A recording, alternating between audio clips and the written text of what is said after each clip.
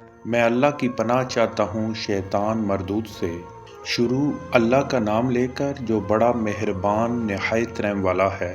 السلام علیکم ناظرین، آج ہم ایک ایسے عظیم نبی کی زندگی پر روشنی ڈالنے جا رہے ہیں جنہیں اللہ تعالیٰ نے کلیم اللہ یعنی جس سے اللہ نے کلام کیا، ایک ایسا نبی جن کی جدوجہد، صبر، ایمان، قربانی اور اللہ پر کامل بھروسے کی لازوال داستان ہے۔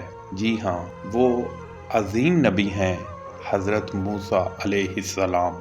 قرآن پاک میں موسیٰ علیہ السلام کا ذکر تقریباً 130 سے زیادہ مقامات پر آیا ہے۔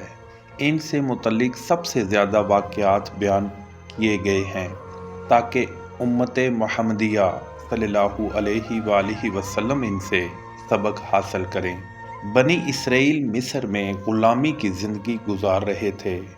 فرعون ان پر ظلم کے پہاڑ توڑتا تھا۔ ایک رات فرعون نے خواب دیکھا کہ بنی اسرائیل میں ایک بچہ پیدا ہوگا جو اس کی سلطنت کو ختم کر دے گا۔ وہ ڈر گیا اور فوراً حکم دیا کہ ہر نومولود لڑکے کو قتل کر دو اور لڑکیوں کو زندہ رہنے دو۔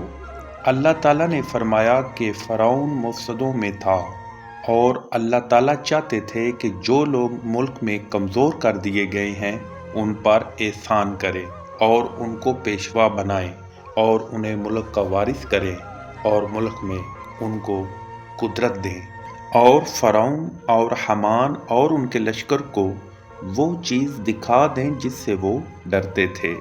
جب بچوں کی قتل و غارت کا وقت چلا تو اللہ تعالیٰ نے موسیٰ علیہ السلام کی ماں کی طرف وحی بھیجی کہ موسیٰ کو دودھ پلاؤ، جب تم کو اس کے بارے میں کچھ خوف پیدا ہو تو اسے دریا میں ڈال دینا، اور نہ خوف کرنا اور نہ رنج کرنا، ہم اس کو تمہارے پاس واپس پہنچا دیں گے۔ حضرت موسیٰ علیہ السلام کی والدہ نے ایسا ہی کیا۔ لرزتے ہاتھوں سے بچے کو صندوق میں رکھا اور نیل کے دریا میں بہا دیا۔ اللہ تعالیٰ کے حکم سے وہ صندوق بہتا ہوا فرعون کے محل تک پہنچا اور فرعون کی بیوی آسیہ بنت مزاحم کے ہاتھ لگا۔ اس نے دیکھا کہ بہت خوبصورت بچہ ہے، میں اس کو اپنی اولاد کی طرح پالوں گی۔ فرعون کی بیوی نے فرعون سے کہا کہ یہ بچہ میری اور تمہاری آنکھوں کی ٹھنڈک ہے، اس کو قتل نہ کرنا، شاید یہ ہمیں فائدہ پہنچائے یا ہم اسے بیٹا بنا لیں۔ یوں وہی بچہ جس سے فرعون ڈرتا تھا اس کے ہی گھر میں اس کی پرورش ہونے لگی۔ اللہ تعالیٰ نے موسیٰ علیہ السلام کے لیے حفاظت کا بندوبست فرعون کے گھر میں ہی کر دیا۔ اللہ کی قدرت دیکھیں، دشمن کے گھر میں ہی نبی کی تربیت کا انتظام کر دیا۔ اللہ تعالیٰ قرآن میں فرماتا ہے کہ موسیٰ کی ماں کا دل بے قرار ہو گیا۔ اگر ہم ان کے دل کو مضبوط نہ کر دیتے تو قریب تھا کہ وہ اس قصے کا ذکر لوگوں سے کر دیں۔ غرض یہ تھی کہ وہ مومنوں میں رہیں۔ اس کی بہن سے کہا کہ اس کے پیچھے پیچھے چلی جا، تو وہ اسے دور سے دیکھتی رہیں اور ان لوگوں کو کچھ خبر نہ تھی۔ اللہ تعالیٰ نے موسیٰ علیہ السلام پر دائیوں کے دودھ حرام کر دیے تھے، تو موسیٰ علیہ السلام کی بہن نے کہا کہ میں تمہیں ایسے گھر والے بتاؤں کہ تمہارے لیے اس بچے کو پالیں اور اس کی خیر خواہی کریں۔ تو اللہ تعالیٰ نے اس طریقے سے موسیٰ کو ان کی ماں کے پاس واپس پہنچا دیا تاکہ ماں کی آنکھیں ٹھنڈی ہوں اور وہ غم نہ کھائیں اور معلوم کریں کہ اللہ تعالیٰ کا وعدہ سچا ہے، لیکن یہ اکثر نہیں جانتے۔ ناظرین، جب موسیٰ علیہ السلام جوانی کو پہنچے اور بھرپور جوان ہو گئے تو اللہ تعالیٰ نے موسیٰ علیہ السلام کو حکمت اور علم عنایت کیا۔ ایک وقت وہ شہر میں داخل ہوئے کہ وہاں کے باشندے بے خبر ہو رہے تھے، تو دیکھا کہ وہاں دو شخص لڑ رہے ہیں، جن میں سے ایک موسیٰ علیہ السلام کی قوم یعنی بنی اسرائیل سے تھا، جبکہ دوسرا شخص فرعونی تھا۔ تو جو شخص موسیٰ علیہ السلام کی قوم میں سے تھا اس نے دوسرے شخص کے مقابلے میں موسیٰ سے مدد طلب کی، تو موسیٰ علیہ السلام نے اس کو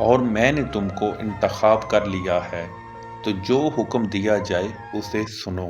ناظرین، یہی وہ مقام تھا جہاں حضرت موسیٰ علیہ السلام کو نبوت عطا ہوئی اور اللہ تعالیٰ نے اپنے بندے سے بات کا آغاز کیا۔ اللہ تعالیٰ نے اپنے احکام سنائے۔ اللہ تعالیٰ نے اپنے احکام سنانے کے بعد کہا کہ موسیٰ، یہ تمہارے ہاتھ میں کیا ہے؟ موسیٰ علیہ السلام نے کہا، یہ میری لاٹھی ہے، اس پر میں سہارا لگاتا ہوں اور اس سے اپنی بکریوں کے لیے پتے جھاڑتا ہوں۔ اللہ تعالیٰ نے فرمایا، موسیٰ اسے ڈال دو، تو انہوں نے اس کو ڈال دیا۔ وہ ناگہاں سانپ بن کر دوڑنے لگا۔ اللہ نے فرمایا کہ اسے پکڑ لو اور ڈرنا مت، ہم اس کو ابھی اس کی پہلی حالت پر لوٹا دیں گے، اور اپنا ہاتھ اپنی بغل سے لگا لو، وہ کسی عیب کے بغیر سفید چمکتا دھمکتا نکلے گا۔ اللہ تعالیٰ نے موسیٰ علیہ السلام کو 2 معجزے عطا کیے اور فرمایا کہ ان کے ساتھ فرعون اور اس کے درباریوں کے پاس جاؤ کہ وہ نافرمان لوگ ہیں۔ ناظرین، حضرت موسیٰ علیہ السلام نے اللہ تعالیٰ سے عرض کی کہ اے پروردگار، ان فرعونیوں میں سے ایک شخص میرے ہاتھ سے قتل ہو چکا ہے، تو مجھے خوف ہے کہ وہ کہیں مجھ کو مار ہی نہ ڈالیں، اور ہارون میرا بھائی ہے، اس سے میری قوت کو مضبوط فرما اور اسے میرے کام میں شریک کر کہ میری تصدیق کرے۔